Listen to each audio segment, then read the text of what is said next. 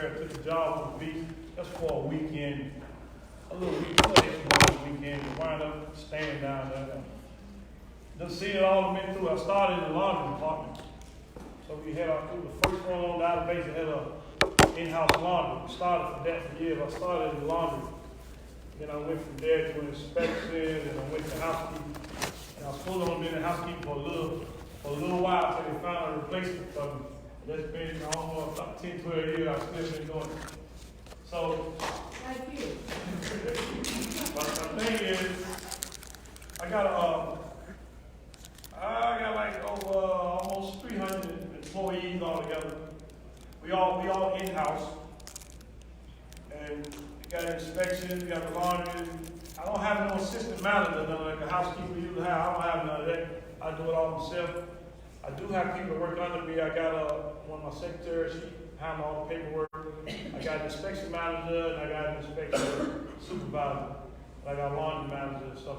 So I really don't have a housekeeping manager. But when I go, as I'm going through this here, you'll see what I'm talking about, why I don't have a manager. You're not local? No, I'm North Carolina. I'm Outer Banks. And what worked for me in Outer Banks might not work for you where you live. I mean, I come to these seminars, and I hear a lot of people say, well, we can't get housekeepers. See, why well, I can get housekeepers? Well, you might can't get housekeepers. So you got to try to make the ones you got, keep them happy, keep them around. I really don't have a problem. Where we at is plenty. I can get them every day. I find somebody every day. On the weekend, I find somebody every day. We have a big Saturday meeting, and that we always work together. We have a meeting every Saturday. I got all the housekeepers coming before 7 o'clock. Doing the 7 o'clock thing, I'm going to tell you about it, then I can go through it right fast. Everybody meet up 7 o'clock, the owner of the company is there. Everybody, inspectors, everybody, we go over what we need for you to do today and the weekend. I need for you to make sure all of the doors are locked and check everything, and everybody don't have a guest coming in. Make sure everything's secured. Make sure, TV, check. We run through the whole formality of checking everything. Make sure the house is clean. Now, we do that, and then we give away a lot of prizes and stuff at this meeting every Saturday. Every Saturday, we got an incentive for them. We give away gift cards, gas cards, something. Because most of my cleaners drive 2 hours one way. I myself drive 2.5 hours to work one way. So we drive on a good distance. So with the distance, you got to pay people to work. When I came into the business, we had houses that was paying $45, $55, $65. And you couldn't find them. You can find them, but you find them what you pay for. $55, that's the kind of job you're going to get, a $55 job. And they talk about going hourly. If I was working for a company that paid me hourly, I'm going to stay in one house all day. I ain't keep doing a lot of houses, I'm going to get paid by the hour. So I said, that ain't going to work. So I had to go to the homeowners, basically myself, and said, look, you want your house clean, this is what's going to happen. First thing you got to do, the owner of the company, he has to give you control. If you're a housekeeping manager, no way in the world somebody should be sitting in the office setting prices for you about how much we're going to clean this house for. No. If you're a housekeeping manager and you work in the housekeeping, you should be the one setting the price. You should be the one contacting the carpet cleaners. Anything dealing with housekeeping, a housekeeping manager should be in charge of it. Shouldn't nobody be in the office that don't even know how to clean the house and never even go out and check out, make your prices and stuff for you. That's crazy. So that's the first thing I stopped. I'm like, you want me to do it? I gotta have full control. Give me full control, I can make things work. So they did. They gave me full control. Out of the full control, I only had to let you have to give full control of the company, which he did. Then you got to learn how to work together with other departments. Everywhere you go all around the industry, maintenance and housekeeping do not get along. So for so many reasons. One of the main reasons is housekeepers go in there clean the house and maintenance go in there do a work order and walk all over the floor. And I'll go use the bathroom and I ain't gonna get it all, but go use the bathroom and mess the bathroom up. Guests come in, see one bathroom dirty. Of course, they want the whole house to be clean. They want all the bathrooms done because they found the one dirty thing that maintenance used. We knew maintenance was there because they was there when we left, and everything was good. So you're going back and forth with maintenance, and you fussing with them, and it's not a good working relationship if you can't get along with other departments. It took me a while to learn because I got an ego, and the maintenance manager got an ego, and we were bumping heads left and right. We all actually got into almost a knockdown fight in the middle of the lot in front of everybody on Saturday. I was like, you know what? You know, I'm ex-military, and he used to be a cop, so he got an ego and I got an ego. So we get in the middle of it, and you know, okay, we just take it outside, and the best thing we do is go the old-fashioned way. Whoop, somebody asked me to whip it, keep it moving. But it didn't ever go there. I had to learn how to adjust myself and get my attitude right and work together to make it work. Now, the department manager, he need to know how to manage. If you're a housekeeping manager, don't put nobody in charge that don't know how to manage nothing. And they gotta be, they gotta be talented. You got I see a lot of housekeeping managers that they got into position because of somebody they know. Or their family members, the mother them on it, or somebody that throw them in the business like that. Mine didn't come easy like that. I had to work my way from the bottom to the top. And by me working from the bottom, I learned all departments. I learned what every department has to do and what needs to be done. So they got to have some talent to them. They got to know you just can't fix somebody in housekeeping. Believe it or not, I mean, most of y'all know, housekeeping is what's keeping a lot of these women coming in business. If you got a terrible housekeeping department, why would I want you to rent my house for me and your people can't even clean it good? And with all this technology and all these bad reviews and stuff, you can't afford it. You can't afford it. I believe in giving chances, but I don't give them one chance. That's it. I don't give them 3 chances. I can't afford it. I got these big houses I'm cleaning every week. I can't afford to give you a chance every week. I can't say, okay, you messed up this week, I'm gonna give you one more try. I can't do it. It costs me money. Every time I get a call back and I gotta send somebody to go back to the house, it costs the company money. Don't necessarily cost me money, but it costs the boss man money. It costs the boss man money, and then it's coming out of me some kind of way. Now, so I get one chance.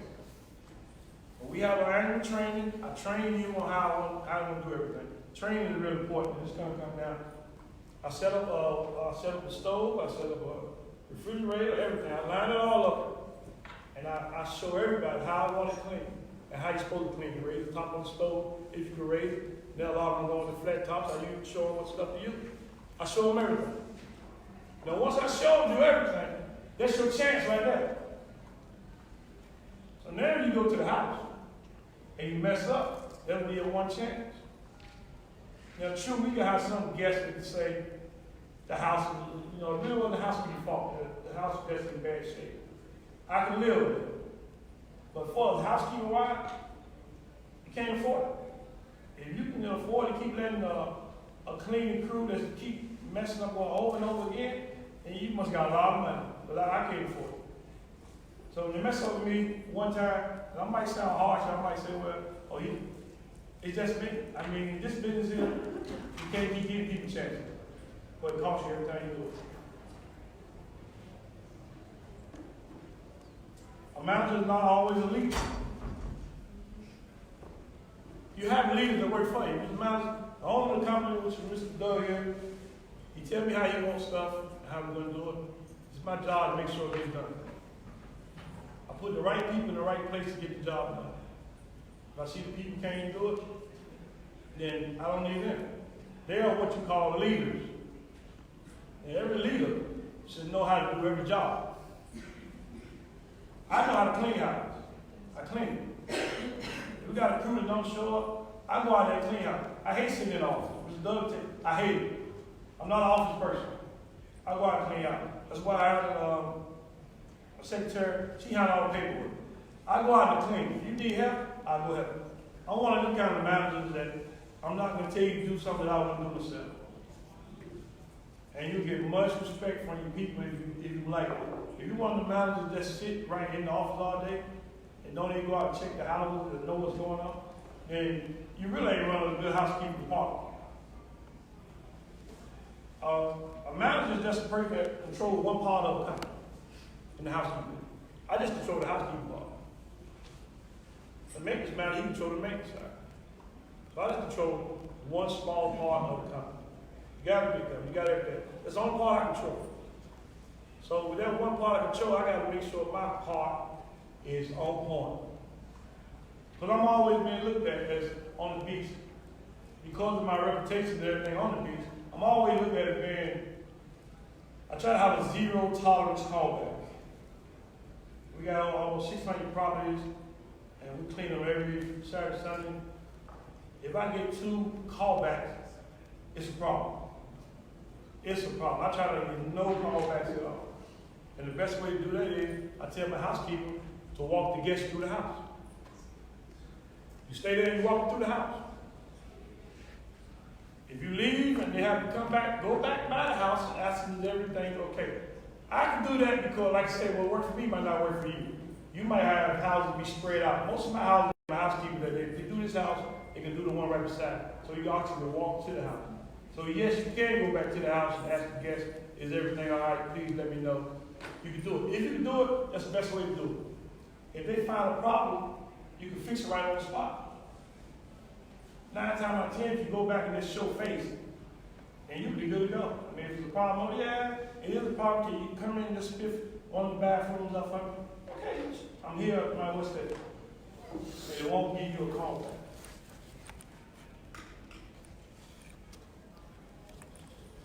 A leader take charge, set direction, motivate people. They make sure everybody's doing what they're supposed to do. I make sure everybody got the stuff they got to do it with. All the tools and stuff they need. That's me as the manager. I got to make sure they got everything they need to do the job. If they got a problem with something, they come to me. Now, housekeepers, in a vacation rental home, you're the lowest on the pole. Everybody look down on the housekeeper. I mean, you're just a housekeeper. That's how they look at you. I don't even look at them like that because, honestly, take away the housekeeping part, everything's a fail. It's like the housekeeping part is the hub of the wheel. Take away the hub, the wheel fall apart. So it holds everything together. If you got a good housekeeping part, you're pretty much on the right track. But if you're a housekeeping department and it ain't up to par, they can always go down the road and find another company to rent their house and it's going to be clean. Homeowners don't want to come in and find out they got holes, nothing being reported, comforters missing on the beds, nothing being called into them, and they don't want to hear that. And you got to make sure you got to treat everybody well. You got to treat everybody well. Regardless of where you work at, don't nobody want to be treated bad. You get some of these houses, you go to nothing that's nasty, you go clean these nasty houses, and then you come back to the office, you got a housekeeping manager that's fussing at you or hollering at you for no reason, telling you did a messed up job. Don't nobody want to feel like that. End of the day, you want to feel good, you want to go home and think you did a good job. Now, if you didn't do a good job, that's a different story. Training, everybody got to be trained. Training is the main thing. I used to think, I've been going to seminars, they be saying train. Sometimes you can train and they still don't get it. That's when you got to let them go. And they ask you, the question is, can you train somebody to clean?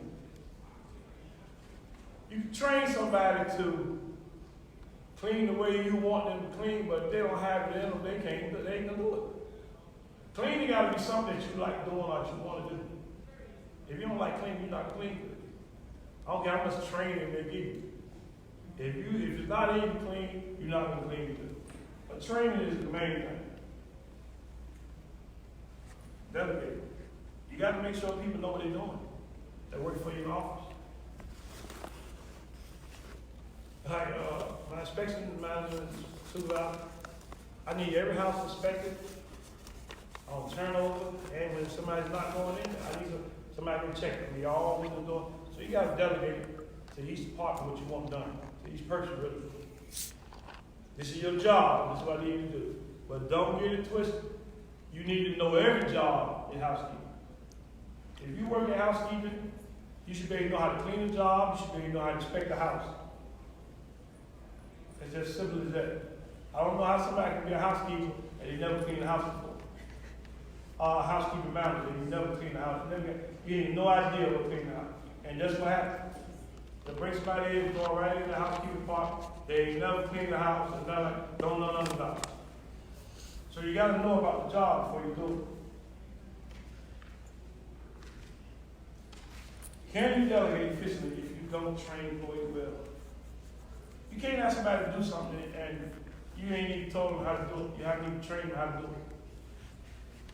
You shouldn't expect for them to even do it if they don't know nothing about it. So no, you can't train them like that. To get somebody to do a job, they got to be trained in the job. Or it's really gonna make you look bad as a person. If in the manager, it'll make me look bad. Then it makes the company look bad. And they don't want to care about it. You just talk to a homeowner, it's your company. That's all they say, it's your company. And I'm getting bad reviews because your housekeeping department left dirty underwear underneath the bed, and the guest found it. Or left a gun in the drawer, that comes on the inspection department. And we have found loaded guns in the drawer. And just imagine if a little kid had went in that room and found that gun, and just kids being kids, pulled out the gun and just aimed at the sister and brother, just shot, pulled the trigger, thinking some plate to it and killed somebody. And you done had the housekeepers went through this house and cleaned it. You had the inspection department go through the house and clean it. And nobody checked the drawers. And that's one of the things that's on your list, to check all drawers and under bed. So what I actually do is, I take a fake gun and I go to a house, I put it in the house. I have it. I put it somewhere where it's supposed to be clean and checked. That tells me if you check it what I'm supposed to check.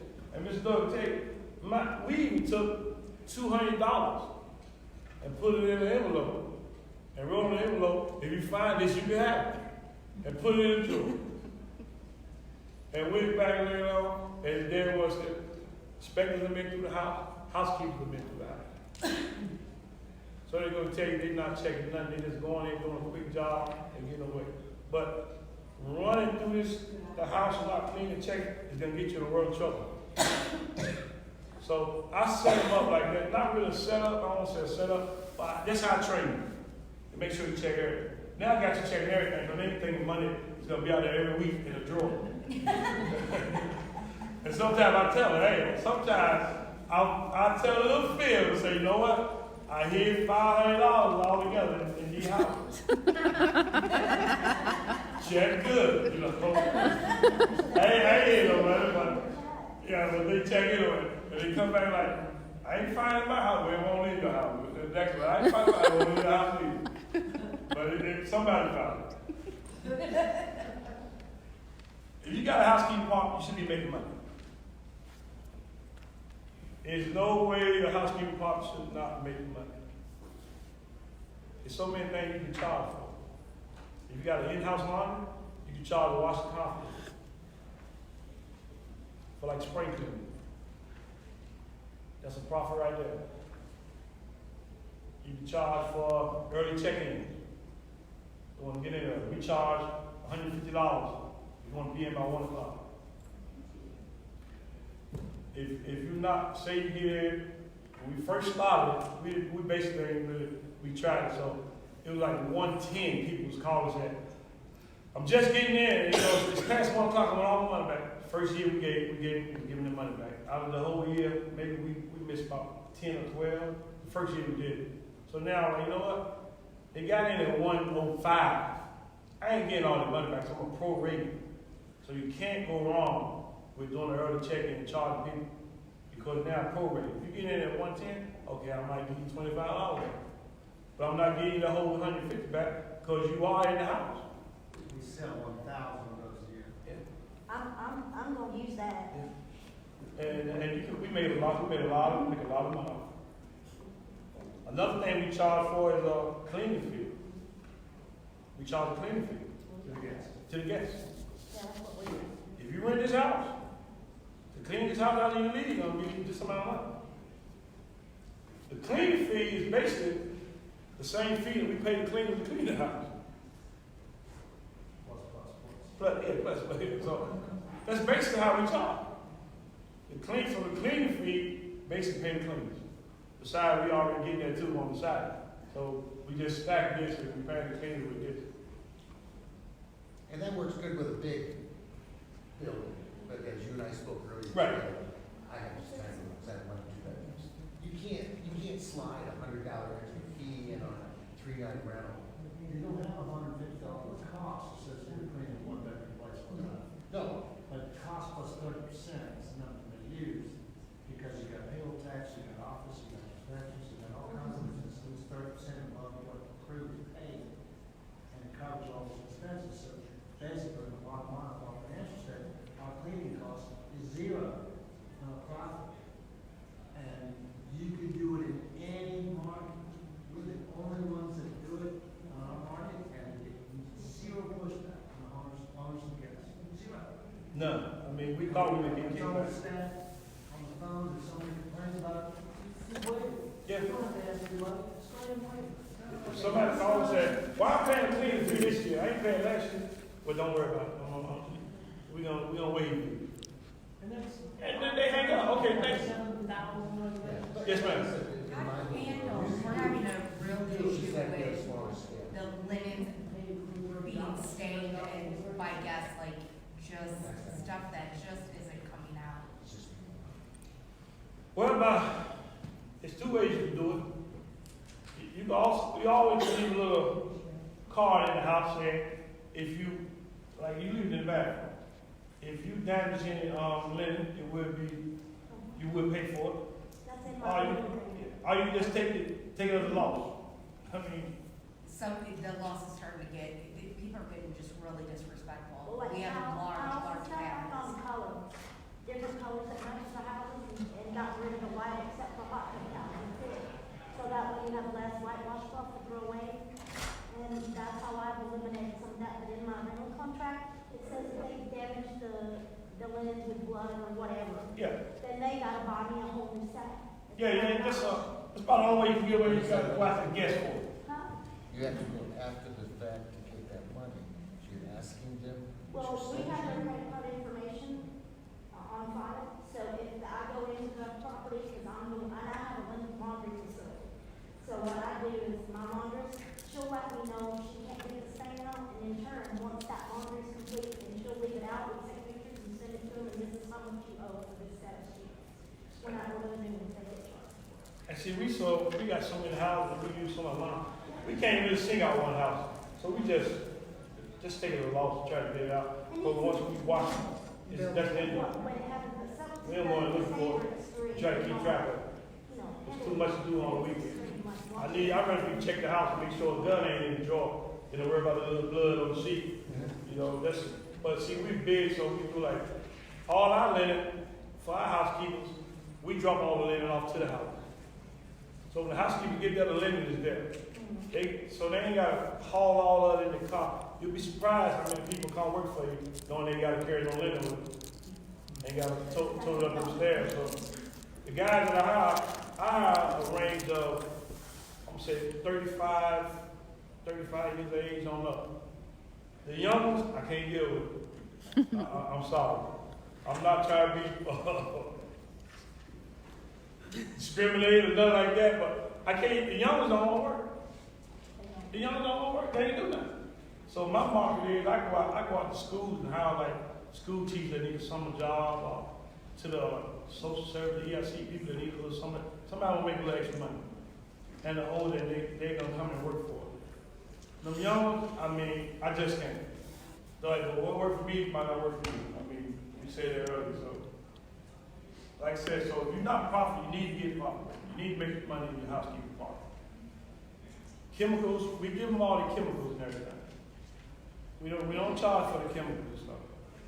Because I want you to use the chemicals that I get. Like I said, I don't have no subcontract, nothing like that, so everything, we pay for everything. We pay for workers' comp, payroll, insurance, all that stuff adds up. So we need to make money to pay for all that, and we don't want to go in the hole. So like I said, early check-in, you can do a late check-out if you want to. The early check-in, late check-out, like extra cleaning costs. And then we even charge if the house is If they left the house in a mess, we take pictures and we go out and we charge the guests for that. If there's extra cleaning involved. Sewers back up. We got people certified to do like the sewers backup cleanup. We charge the homeowner. Sewers back up, you gotta call somebody to come do, we charge the homeowner. I called a company one time, and I did this because we called a company with a sewage backup. They wanted $1,500 to come out there and unclog one toilet. And once you unclog the toilet, the whole field, you gotta disinfect that whole area. I said, $1,500, that homeowner, she just had one done last week, so she ain't gonna come. They ain't gonna want to pay no $1,500 every time. They just had a septic problem. So what we do, I send somebody to get trained. And now I got one person to train, and they go do this. You don't have 4 to 5 a week, you might have one a week, or 2 a month. Simply because about it, I just get the one I got certified to go do it. I don't charge $1,500, I might charge $600. I get a cleaner $200 to come and keep $400.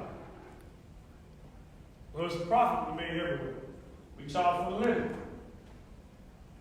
We charge the home, what we charge the renters. Renters pay for the linen. So we charge for everything. His favorite saying is the only thing he don't charge for is the one he ain't thought of yet. We charge for everything. How do you reduce overtime, especially in the busy season? Well, we only work Saturdays and Sundays. We play piece breaks. We play piece breaks, so we do have a clock in and stuff, we know the hours, so it ain't equal up to 40 hours, no way. Because you only got 6 hours in a day. So 6 is 12, 8 or 12 hours a day. We try to have every house finished by 4. But my thing is have to finish before 4. So I usually tell everybody I need all the houses done by 3:30. I want all houses done at 2 o'clock. If you're not in your last house by 2 o'clock cleaning, send in another crew over there. When the crew to fight the crew, I'm saying, this is my house, I'm splitting the money either way. So whatever the house costs, I'm splitting half to this crew and this crew. Even if you run that crew away, I'm still splitting the money. But I don't want to see the crew over there. So you'd be wise just let them help. So you can hurry it out. But you get the same amount of money. And it isn't. Yeah, it's tricky if you have, less than a week. If the turn is a week. Oh, yeah. Yeah, it's tricky, yeah. It's a trick, yeah, because you go out every week, every 2 days. Okay, all my housekeepers, you got to pass a background check. We do background checks for all housekeepers. The reason why is, I'm sending you in these homes, people leaving their wallet, they leaving their jewelry, they leaving all their personal belongings in the house. They might be going to the beach or something. And they saying, and somebody come back and clean the bathroom, we had an accident, and you sending people in the house, and they left everything in their bedroom and stuff. So you gotta know who you got on your payroll. And so we do a thorough background check. If you got any kind of criminal record dealing with robbery, armed robbery, or larceny, or anything, we would not hire you. We just can't afford to take that chance. I like giving people chances, don't get me wrong. Sometimes I made an exception. If you got in trouble in your younger days and you're older now, you come to me and you're sincere about it, and you want a job, and it depends on how you look when you come to me. I'm gonna be honest with you. If you're looking crazy, then I can't do it. You coming up with your pants taken off your tail and stuff, I can't do it. I don't even do it. They come to me all the time, and not trying to sound crazy, but because I'm black, and most of the black young guys come to me thinking that I'm cool with them like that. They go, he's black man, trying to get a job. No.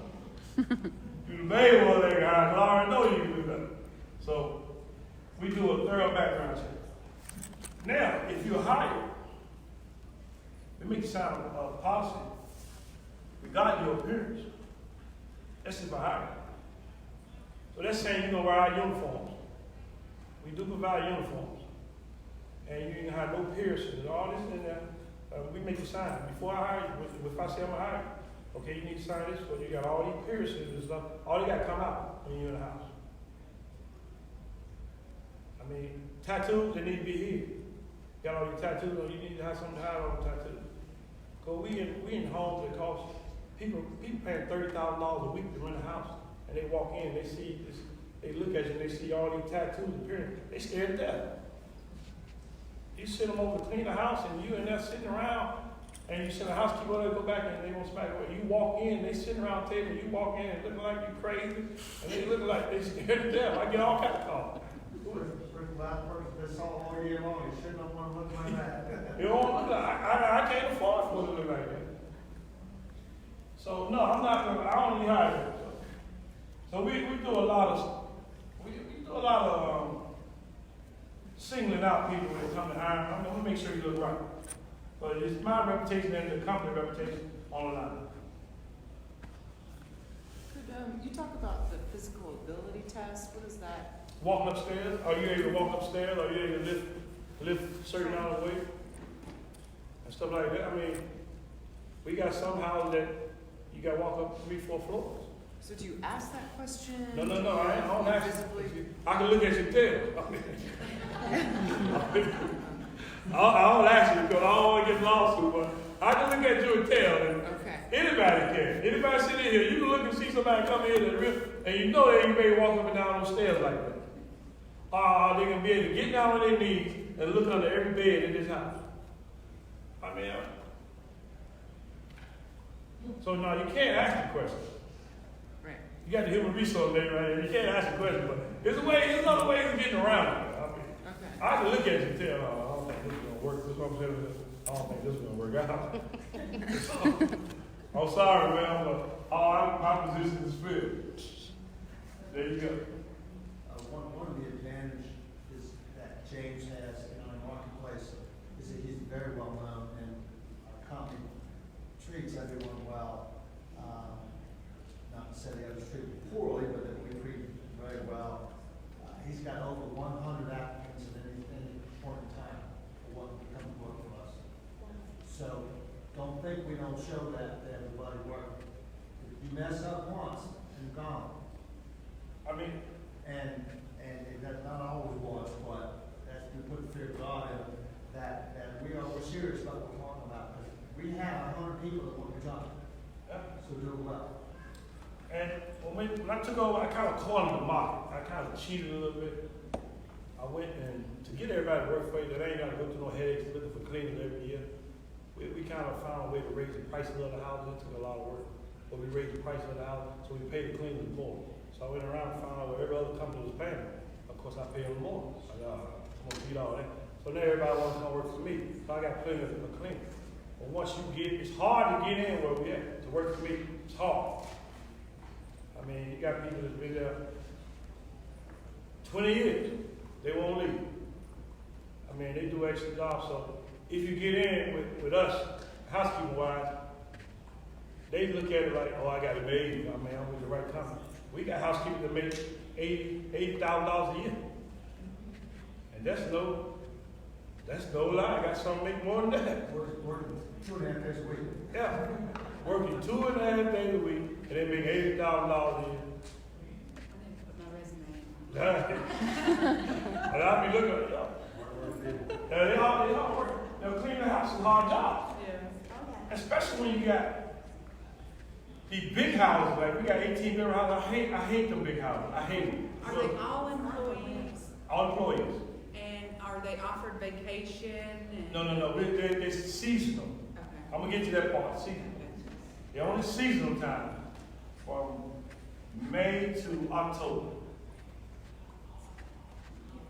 I hire a housekeeper if somebody to work for me, saying I got a sister or something, or I got a cousin or something that she's real good. She worked for another company. She's real good. They just ain't treating her right. And can you get a job? I get a chance because you recommend it and you do a good job. But don't get it twisted. If she mess up, you put your job on the line. And if I don't have no houses to give her to clean, and you wanted her to clean so bad, I'd take houses from you and get her. And then you'll stop telling me you got everybody want a job.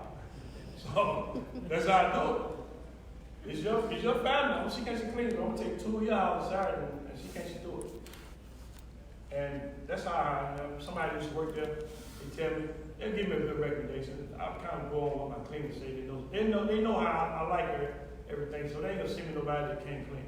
But they already know. Now on a Saturday morning, we stand out there in front of everybody.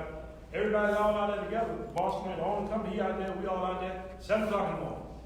Now like I said, we live 2 hours away, so we gotta leave home like at 4:30 in the morning to get to work. We stand outside at 7 o'clock in the morning. If you messed up last week and you got a call back,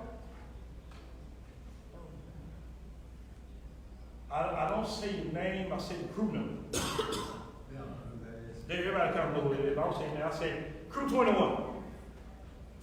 I'm sorry to say I can't use you no more. Sorry you got up and drove way out here. We got up 4:30 and you get about 7 o'clock, but last week you was terrible. I can't use you no more. I'm sorry. I don't say your name, I just put it out there. First name. You could have called and told me about that. No, I need to make a zap out of you today. The next time they're done. So I let all hold their hands. At the first meeting, I tell everybody hold their hands. And just look at each other and say, look, it was nice knowing you. That's what I tell each other. Because one of y'all will get fired this weekend. I don't know who it is. You're fine.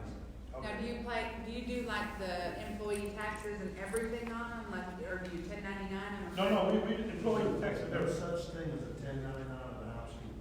There's no such thing as an individual, that is a subcontractor. Doesn't exist in the IRS laws. You will get caught, you will get hit for years with payroll taxes. We got You don't do that. We got it. But I just keep my housekeeper motivated. I mean, you got to do stuff for them. Like I said, I throw a big party for them in the summer. I mean, when the season over with, I throw a big ball. I don't see these work clothes on all year round. So now I throw this big fancy ball, and I let you get dressed up, and we give away like a housekeeper of the year, and give away a little money. And then all my vendors, like my carpet cleaner, my window cleaner, and everybody, I go to them and say, hey, I need some money. I need some money. I got my end of the year party. I go to the house, I come to a homeowner and say, look, I need to use the house for the housekeeper of the year. I got a housekeeper of the year. Will you be willing to donate your house? And with the donation comes, I will give you the housekeeper of the year will be the one cleaning your house, and I'll give you a free spring cleaner. Which we do with in-house employees. Right. So you saying now I got 120 owners respond just like that. You can use my house, you can use my house, you can use my house. Now, did ever cut through all of us? From May to October, I use employees. From October to December, I use staff to clean house. Same month. I use employees. I use my secretary, I use my inspection manager, I use my inspection supervisor, I use my laundry. I use everybody that's full-time to go clean house, including me. House come up, you spring clean, here it is. Like this month right here is slow. Maybe got 2 spring cleans a week. We all sitting in the office doing nothing. Let's go clean this house. Now the money we make, the owner keeps. We already on the clock. Everybody sitting around just waiting for something to get busy. Let's go clean the house.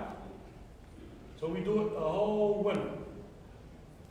So we just save money that way. I mean, all kind of ways. I mean, we got all week to clean this one house.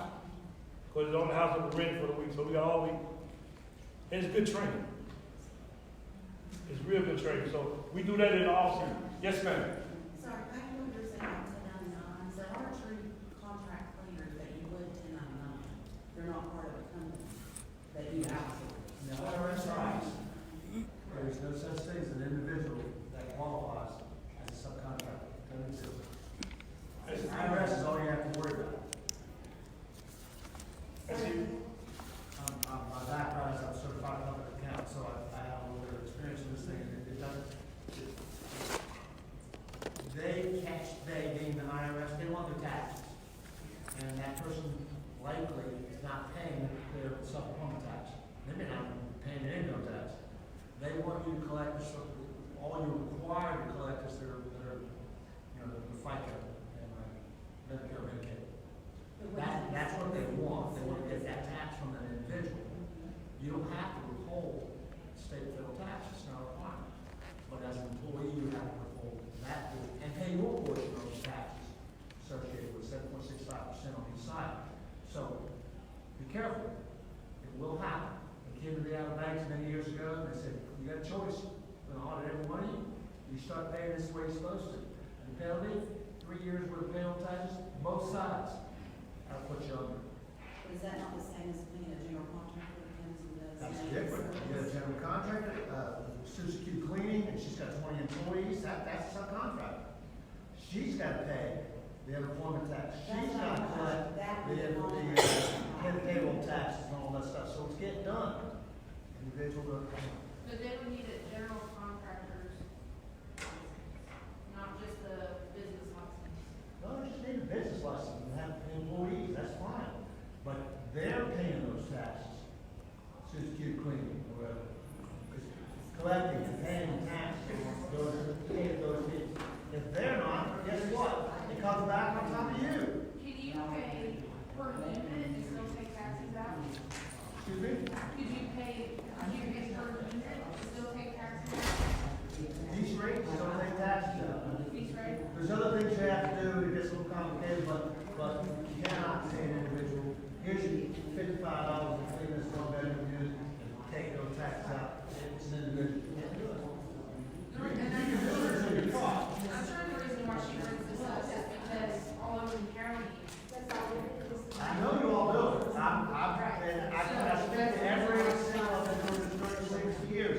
I swear to 36 years, it's something you can't do it, you still do it. And you can keep doing it until you get caught. That's speeding down the highway. Where is it? Drive 9 miles an hour until you get caught. And when you get caught, it could put you under IRS and it comes down on you like a brick wall. Well, he been through it, so I don't know about payroll taxes and all that. All my job is make sure these houses clean. Any more questions? I know the time is short. Any more questions? And you catch us sitting in the hallway, whatever. Buy some drinks tonight, we'll talk about it. Well, that's basically it, man. I mean, a good housekeeping partner is start with a good manager. Basically, that's what it is. And a good team behind you. And like I said, ownership. The only guy letting the housekeeping manager run the show. But don't let them run the show if they don't know what they're doing. Thank y'all for listening.